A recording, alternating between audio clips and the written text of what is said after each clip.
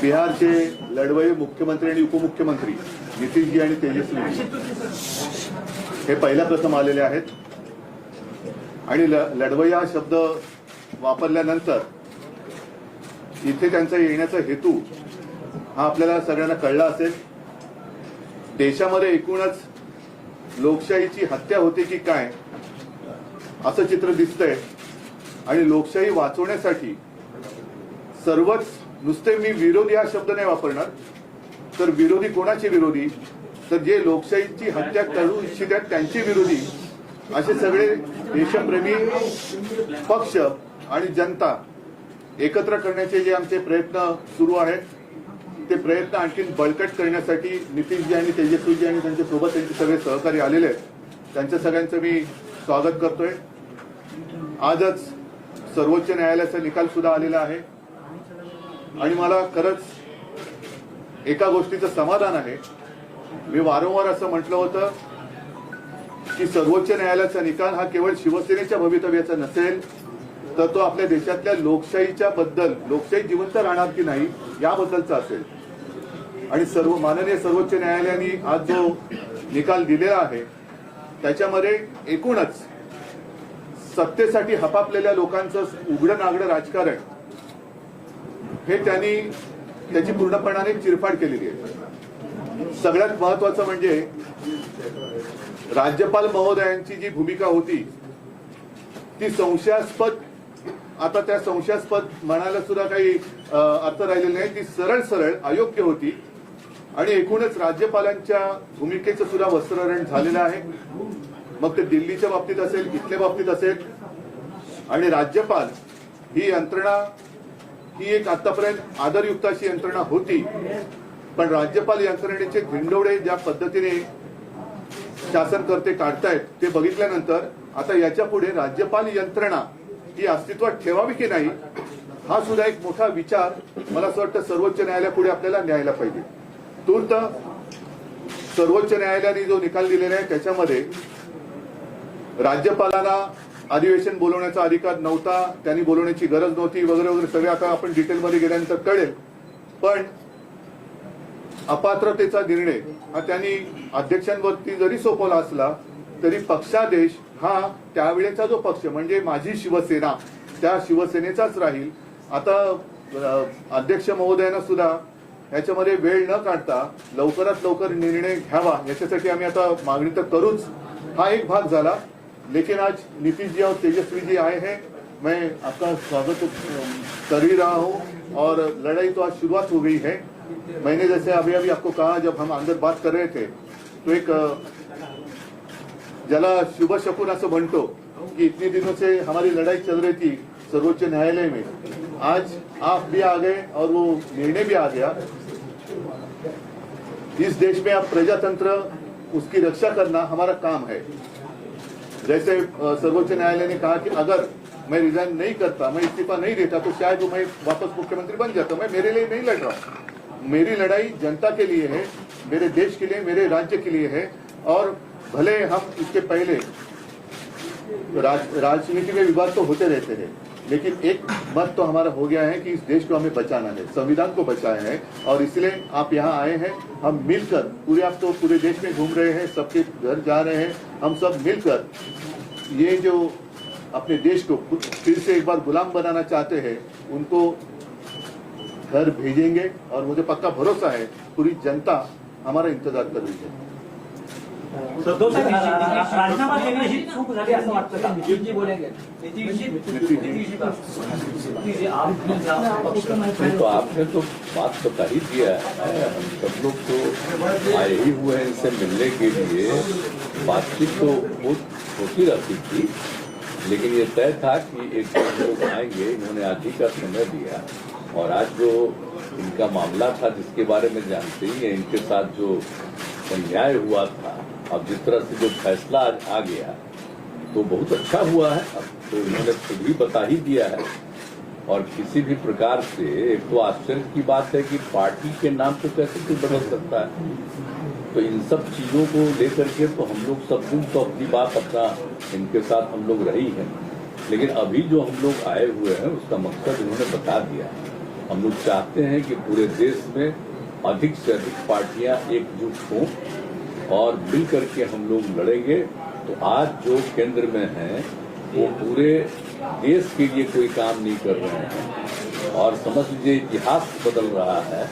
इसलिए इन सब चीजों को देखते हुए अपने देश के हित में और आजादी की लड़ाई हुई और किस तरह से देश आजाद हुआ है और कितना ज्यादा काम होता रहा है पहले से, काम तो करते नहीं। अब आप सब लोग मीडिया के साथी हम आपका नमन करते हैं, आपके हम खिलाफ नहीं कुछ बोल सकते, लेकिन हम जानते हैं ना कि आप लोगों के ऊपर भी किस तरह से किया है कब्जा। कि कोई बात तो थोड़ा बहुत आप कह दीजिएगा, लेकिन ज्यादातर वो लोग अपनी तरफ से प्रचार करवा रहे हैं। काम क्या कर रहे हैं देश में बताइए? कहीं कोई काम हो रहा? और अलग अलग राज्यों में दूसरे पार्टी के लोगों ने जो काम किया है उसके बारे में तो उतना चर्चा भी नहीं होता है। तो इसीलिए देश के हित में जरूरी है कि भाई देश आगे बढ़े और आपस में किसी तरह का विवाद नहीं होना चाहिए। कोशिश क्या हो रही है? समाज में एक तरह का विवाद पैदा हो और ये नहीं होना चाहिए। सब में एकता, हिंदू मुस्लिम कोई भी जाति के हों, सब में कोई विवाद नहीं होना चाहिए, एकता रहनी चाहिए। तो हम लोग तो यही चाहते हैं कि ज्यादा से ज्यादा पार्टियां एक साथ मिल करके काम करेंगी। और इस बीच में बहुत लोगों से बातचीत हो गई है। आज तो इनसे ऐसे हमारी बातचीत हम लोगों की होती रहती आई है, आज भी बात करेंगे। अब इसके बाद ये तय होगा कि कब मीटिंग सब लोगों की होनी। तो अभी तो एक राउंड आप जानते ही हैं, पिछले महीने भी हम लोगों ने बातचीत किया और जिस तरह से बातचीत हुई है अनेक पार्टियों से, बहुत लोगों से बहुत अच्छी बातचीत हो गई है।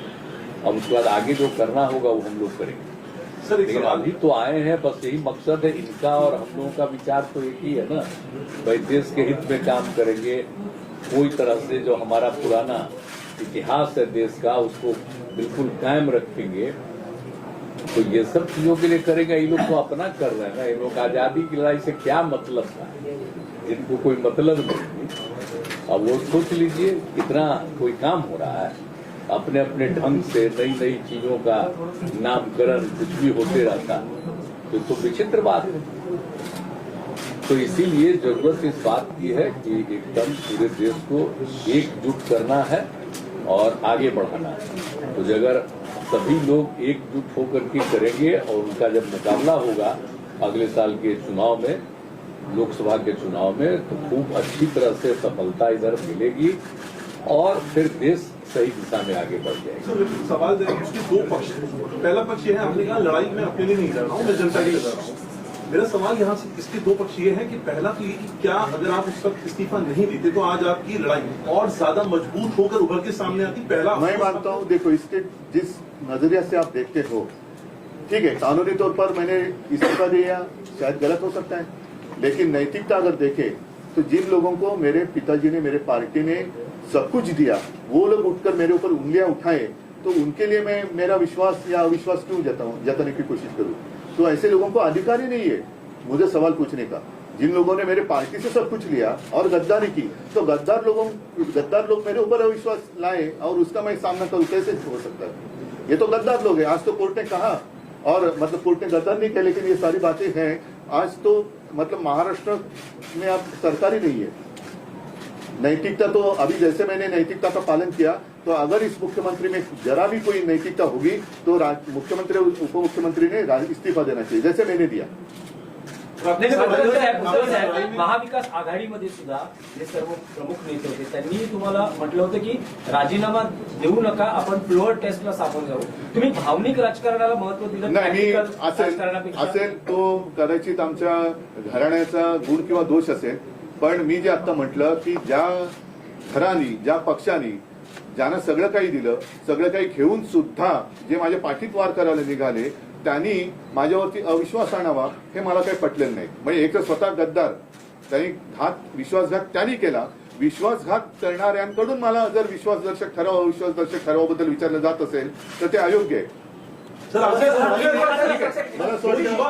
जो युवा यहाँ पर है, आदित्य हैं और तेजस्वी हैं, जिस लड़ाई की आप बात कर रहे हैं, जो मिलकर सामने आए हैं, इनमें इन दोनों का कितना अहम रोल और किस तरह से देखेंगे आप?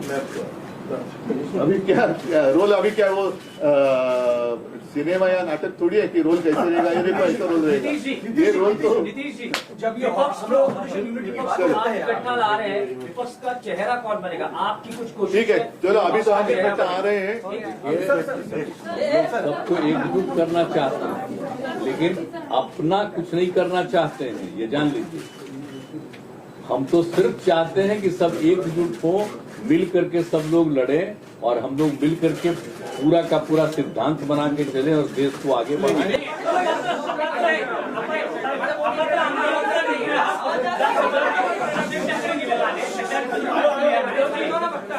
ऐका ऐका सर्वोच्च न्यायालयाचा सर्वात आला आहे त्यानंतर पुढे काय?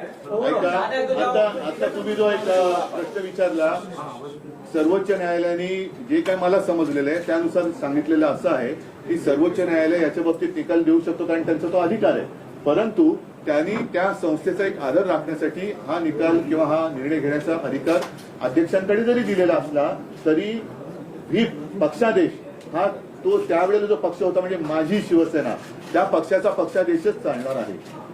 त्याच्यामुळे हा सगळ्यात महत्वाचा निर्णय सुप्रीम कोर्टाने दिलेला आहे. त्याचबरोबरीने निवडणूक आयोगावरती सुद्धा ताशेरे मारलेले आहेत, राज्यपालांवरती ताशेरे ओढलेले आहेत.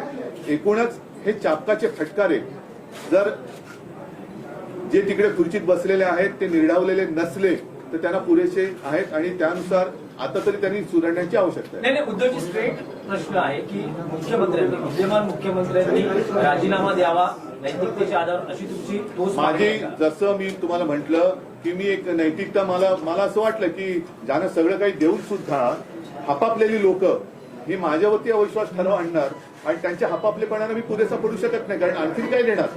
तर अशा लोकांनी माझ्यावरती अविश्वास ठराव दाखवणं हे मला मंजूर नव्हतंच, ते मंजूर नाही, मी कदापि ते मान्य करणार नाही, म्हणून मी राजीनामा दिला. जसा मी एका क्षणाचाही विलंब न करता राजीनामा दिला तसं एवढा आता सर्वोच्च न्यायालयाने फटके दिल्यानंतर जर थोडी तरी नैतिकता मुख्यमंत्र्यांच्या आणि उपमुख्यमंत्र्यांच्या अंगी शिल्लक असेल तर त्यांनी जसा मी राजीनामा दिला तसा राजीनामा द्यावा आणि निवडणुकीला सामोरं जावं. सुप्रीम कोर्टानं राज्यपालांना फटकारलेला आहे कारण त्यांनी जे निर्णय घेतलेले आहेत ते अतिशय चुकीचं असलेलं म्हटलं आहे. त्याबद्दल हे राज्यपाल म्हणजे स्वतःच्या घरचा चाकर असल्यासारखं वापरण्याची जी पद्धत सुरू झालेली आहे ती पद्धत बघितल्यानंतर राज्यपाल यंत्रणाच आता शिल्लक ठेवावी की नाही हा प्रश्न आता सर्वोच्च न्यायालयाला आम्हाला म्हणजे मला असं वाटतं विचारायला पाहिजे की हे असंच जर का, कारण प्रत्येकाचे काम असतं या सर्वोच्च न्यायालयाने केलं तसंच जसं आता मीडिया असतो, नितीनजी जसं म्हणाले की काही गोष्टी तुम्ही लोकांसमोर आणल्या पाहिजे तर 4 स्तंभ जे म्हणतो हे 4 स्तंभ मजबूत पाहिजेत. त्याच्यापैकी जर का एका स्तंभाला वाढवी लागली असेल तर त्या स्तंभाचं रिपेअरिंग हे करणं गरजेचं आहे. पण आता महत्वाचा मुद्दा हा आहे की राज्यपाल महोदय तेव्हाचे जे काय होते त्यांनी इकडे जे न करू करायचं ते म्हणजे करायला नको ते करून गेले. आता गेल्यानंतर त्यांना सजा काय, कारण असं जर का होत राहिलं तर तेव्हाचे राज्यपाल 12 वाजून जातील आणि घरी जाऊन मग म्हणतील ये तो संत आदमी आहे, करायचं काय.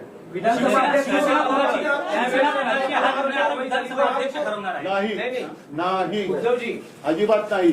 अपात्रतेचा निर्णय हा त्यांना ठरवायचा आहे, पण जे मी समजलं त्याच्याप्रमाणे त्यांनी फुटीरांचा व्हीप नामंजूर केलेला आहे सर्वोच्च न्यायालयाने, त्याच्यामुळे माझ्या शिवसेनेचाच व्हीप लागू होणार. यांच्यावरही कारवाई झाली पाहिजे असं तुमचं म्हणणं आहे का? बिलकुल आहे, कारण नाहीतर ही प्रथा आणि हा पायंडा पडेल की त्यावेळेला राज्यपाल म्हणजे नाही तर राज्यपाल काय, राज्यपाल ही संस्था म्हटल्यानंतर ती काय कॉम्प्युटर नाहीये. त्या व्यक्तीच्या जर का त्याच्या मर्जीप्रमाणे ती यंत्रणा चालायला लागली तर त्या व्यक्तीला किंवा काय जाब हा विचारला गेला पाहिजे, नाहीतर तो पायंडा पुढे पडेल. प्रत्येक राज्यपाल हेच म्हणतील की आम्हाला काय आमच्या काळात त्यांचे 12 वाजून जायचंय, निकाल येईलपर्यंत आम्ही आमच्या घरी पोहोचलेलो असू. निवडणूक आयोगानं तुमचं पक्षाने चिन्ह काढलं पण आज कोर्टाने असं म्हटलेलं आहे निकाल देताना की शिवसेना त्यावर कोणी दावा करू शकणार नाही, म्हणजे शिवसेना तुमच्याकडे राहील असं एक नक्कीच आहे. आणि तर मग आता चिन्ह आणि पक्षाबाबतीत आमचं आर्ग्युमेंट हेच आहे की निवडणूक आयोगाचं काम हे निवडणूक आयोगाने त्यांच्या चौकटीत केलं पाहिजे. निवडणूक आयोग म्हणजे ब्रह्मदेव नाहीये, राज्यपाल म्हणजे ब्रह्मदेवता अजिबातच नाहीये. त्यांना आता राज्यपाल मानायची की नाही, ती संस्थाच ठेवायची की नाही, हाच आता एक विचार, त्याची चर्चा झाली पाहिजे. पण निवडणूक आयोग हे निवडणुकीपुरतं मर्यादित असतं. मतांच्या टक्केवारीवरती एखाद्या पक्षाला मान्यता देणं, नोंदणी देणं आणि त्याला निवडणूक चिन्ह देणं हे त्यांचं काम असतं. नाव देणं, नाव काढणं हे त्यांचं काम नाही. आम्ही ते मानणार नाही. कारण निवडणूक शिवसेना हे नाव देताना निवडणूक आयोगाची परवानगी घेऊन बाळासाहेबांनी शिवसेनेची स्थापना केलेली नव्हती. त्याच्यामुळे कदापि शिवसेना हे नाव दुसऱ्याला आम्ही घेऊ देणार नाही. तो निवडणूक आयोगाचा घटनाबाह्य अधिकार आहे. कारण नाव, धनुष्यबाण आणि हे त्या मतांच्या टक्केवारीवरती ठरवण्याचा अधिकार कदाचित किंवा निवडणूक आयोगाला आहे. जसं आता काही पक्षांची राष्ट्रीय पक्ष म्हणून मान्यता काढली, ते तुम्ही मतांच्या टक्केवारीवरती नोंदणी करू शकाल, पण नाव नाही काढू शकत. नाही, असं आहे की उद्या मी निवडणूक आयुक्तांचंच नाव बदलून वेगळं काय केलं तर काय होईल? तर त्याच्यामुळे ते माझं शिवसेना नाव नाही काढू शकणार, काढू शकत नाही आणि आम्ही काढू देणार नाही. आम्ही शिवसेना म्हणूनच राहणार.